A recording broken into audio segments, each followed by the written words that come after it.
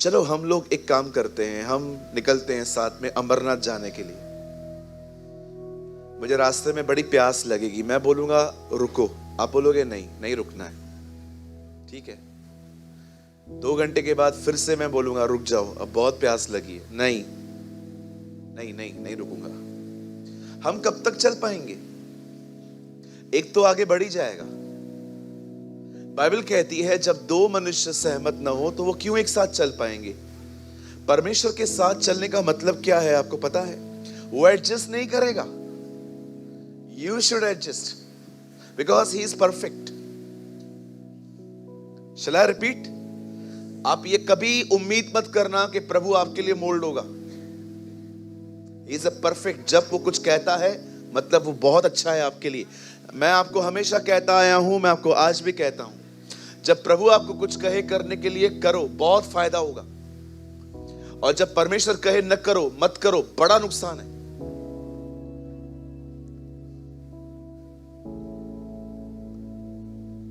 याद रखिए, परमेश्वर के साथ चलने का मतलब ये नहीं है कि वो आपके लिए मोल्ड होगा। नो, आप चाहते हैं आपके घर में कबूतर रहे, मैं चाहता हूं मेरे घर में समझो एक डव रहे, तो पता है आपको क्या करना पड़ेगा? चिल्ला के बात नहीं करनी पड़ेगी। He will not adjust, you will adjust। लेकिन अगर आपने रोज सुबह उठ के ये किया,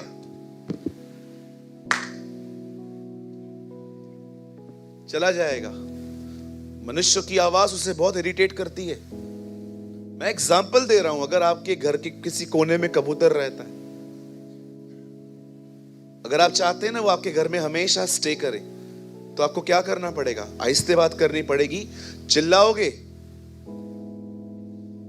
चला जाएगा, वो एडजस्ट नहीं करेगा, आपको एडजस्ट करना पड़ेगा। परमेश्वर के साथ चलना हमेशा आसान नहीं होता। कई बार जो लोग आपको सताएंगे, आपको वो कहेगा माफ कर दे इन्हें। प्रभु माफी मांगने भी नहीं आया था ये तो, हाँ तो भी माफ कर दे। क्रूज पे जब मैं मर रहा था, कौन से लोग मुझसे माफी मांगने आए थे? मैंने फिर भी उनको माफ कर दिया। फॉरगिव कर, हल्का हो जा, आगे बढ़। प्रभु मैं इनसे लगातार रिश्ता न रखूं, न रख, फॉरगिव कर, अब कुछ भी इनके लिए बकबक मत करना। एक दिन परमेश्वर ने मुझे एक भाई के लिए कहा ऐसे फॉरगिव कर। मैंने कहा वो आया थोड़ी है, तो भी कर, भले मत बात कर तू, चलेगा कोई बात नहीं, लेकिन अंदर गर्ज निकाल दे, अंदर से कचरा निकाल दे। और कोई भी कुछ भी पूछता है, कुछ मत बोल, शांत रहे, अच्छी रिपोर्ट दे। ये भी फॉरगिवनेस है। सोचो मैंने आपको माफ कर दिया है, लेकिन मेरी जुबान आपके लिए रुकती नहीं है।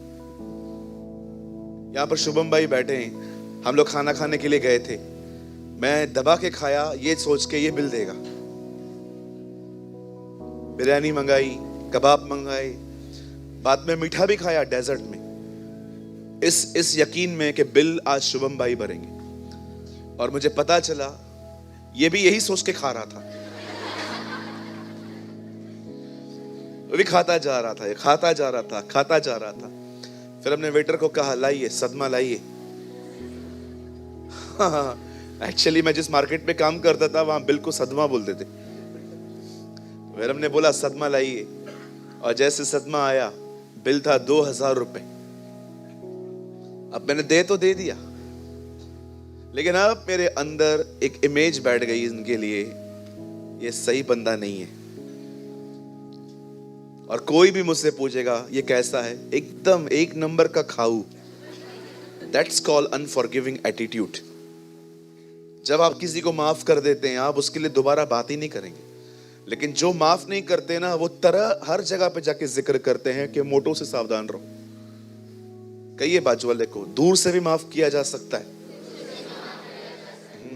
तो ब्रदर हम मेल मिलाप न करें, कर सकते हो अगर सामने वाले को पछतावा है तो। अगर सामने वाले को पछतावा है तो, उसने अगर अपना बिहेवियर चेंज किया है तो। अदरवाइज पहले जो झगड़ा हुआ उससे 10 गुना बड़ा होगा। हालेलुया। मैं जब भी हर्ट होता हूं, मैं पहले दूर से माफ कर देता हूं कि भाई मैं तेरे लिए कुछ भी नहीं रखने वाला। लेकिन अगर मुझे लगता है कि हाँ वो रिपेंट कर रहा है, वो चेंज हो रहा है, तो मैं फिर वापस रिस्टोरेशन में ले आता हूँ, मैं वापस उससे बात करता हूँ। पर मुझे पता है ये दुष्ट है, ये सुधरने वाला नहीं है, दूर से माफ करो, हेलो हाय जय मसीह, कम से कम चर्च में एक दूसरे को देख तो पाए। नहीं तो हालत क्या हो जाएगी, एक ही कलीसिया के अंदर मैं लोगों से बात नहीं करूंगा जैसे आप नहीं करते। हाँ बिल्कुल, और मैं इतना घटिया लीडर नहीं बनना चाहता ऑनेस्टली, कि मैं किसी भाई को इग्नोर करूं, अवॉइड करूं। मुझे ऐसा घटिया एक पास्टर नहीं बनना है। मैं चाहता हूं एटलीस्ट मैं अपने सारे भाई बहनों को जय मसीह तो बोलूं और उससे भी आगे जाऊं। आमीन। सो कितने लोग समझ रहे हैं खुदा के साथ चलना क्या होता है? बोलो बाजू वाले को, मोल्ड, ऐसा मोल्ड, मोल्ड करो। आज सुबह सुबह मैंने अपनी बहन को मोल्ड किया। मेरे गुड मॉर्निंग बोलने के तरीके बड़े अजीब होते। मैं मार के गुड मॉर्निंग बोलता हूँ। कितने लोग को बोलूं गुड मॉर्निंग? नहीं जी। WWE अंदर से निकली नहीं है। वो चलता था ना WWF, उसमें लास्ट में लिखा रहता था डोंट ट्राई एट होम। कृपया घर वालों पे इसका उपयोग न करें। और विश्वास कीजिए हमने सारी चीजें घर वालों पे ही उपयोग। मैं बचपन में अपनी बहनों को बोलता था तू सो जा, मैं ऊपर से आऊंगा और ऐसे आके मारूंगा। और मेरी बहनें तकिया रख के बेचारियां बैठी रहती थी, आजा मार। है ना, बहनें अमेजिंग होती है ना। Come on brothers, clap clap for sisters. धन्यवाद हमारी खुशी के लिए, पिटने के लिए। खुदा आपको बहुत बरकत दे, आपके उत्तम दिन आने वाले हैं। आमीन। ये सिर्फ मैं ही करता था कि आप में से भी कोई था यहाँ पर? गौरन करता था क्या? चिताली को मारा था तुमने कभी? कभी बहुत मारा है। बहन आज तू धो डाल। और कोई यहाँ पर मेरी तरह करता था हरकतें? 1 2 3 4 5 6। अच्छा लगता है जब मैं लोगों को देखता हूं जो मेरी तरह बेवकूफ थे। चलिए, in the chapter of death परमेश्वर ने एक बंदे को उठा लिया, है ना। अब करोड़ों जाएंगे।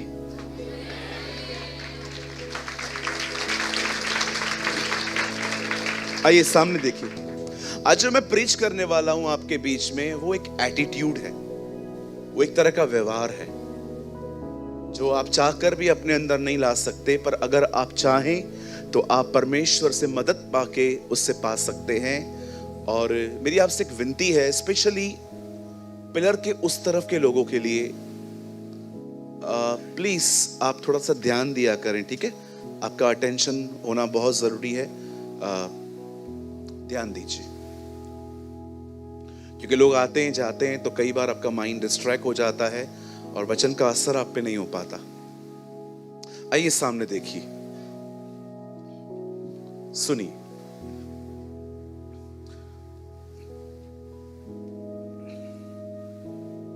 आप जानते हैं परमेश्वर के फेवरेट लोगों में एक नाम है कालेब। जैसे हमारी लिस्ट में कुछ लोग होते हैं जो बहुत ज्यादा हमें पसंद आते हैं, एक होते हैं एवरेज, हाँ ठीक है ये भी। लेकिन परमेश्वर जैसे मूसा को बहुत पसंद करता था, उससे दर्शनों में भी नहीं, आमने सामने बात करता था। परमेश्वर दाऊद को पसंद करता था, ये बात अलग है, ये स्पॉइल बाद में हुए, लेकिन खुदावन ने उनको हमेशा पसंद किया था। इवन जीसस के लिए ये कहा गया, मैं से प्रसन्न हूं, ही इज माय फेवरेट सन। वैसे ही परमेश्वर की नजर में एक बंदा था जिसे परमेश्वर बहुत पसंद करता था, जिसका नाम था कालेब। कालेब में एक खूबसूरत क्वालिटी थी जो आज मुझे लगता है हमारे अंदर भी हो। कालेब चीजों को परमेश्वर की नजर से देखता था, वो संकटों को प्रभु में से होके देखता था। अगर मैं आपसे पूछूंगा व्हाट इज फेथ, तो आप कहोगे बदर विश्वास मतलब बिलीव करना कि ये हो जाएगा। अब मैं आपसे पूछना चाहता हूं, फेथ का ऑपोजिट बताओ। अविश्वास, डर, चिंता, भय। पर मैं आपको बताऊं, अकॉर्डिंग टू बाइबल फेथ का ऑपोजिट क्या है? फेथ है जो चीजें नहीं दिखती आप विश्वास करते हो वो है। जानते हो, अब अगर फेथ ये है तो उसका ऑपोजिट क्या हुआ? देख के जीना। नो फियर, नो चिंता, देख के जीना। फेथ का ऑपोजिट है ये। विश्वास ये है कि मैं जो कुछ खुदा से मांगता हूं, मेरा भरोसा है कि वो परमेश्वर ने कर दिया है। अब इसका ऑपोजिट करो, भले दिख रहा है नहीं दिख रहा है तो भी मेरा विश्वास है खुदा ने किया है। और अब अपोजिट करो, फेथ अनफेथ का मतलब क्या है? दिख रहा है मुझे कि कुछ भी ठीक नहीं हुआ है।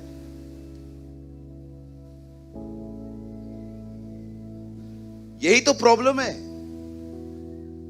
दाऊद फेथ से जी रहा था, सब देख रहे थे गोलियत जिंदा है, दाऊद देख रहा था वो मर चुका है। अब्राहम के सेवक ये देख रहे थे ये बेटा मारने जा रहा है, पर अब्राहम ने कहा नहीं, हम लौटेंगे। फेथ वो दिखाता है जो दिखता नहीं है, और अनफेथ हमेशा वो दिखाएगा जो दिखाई दे रहा है।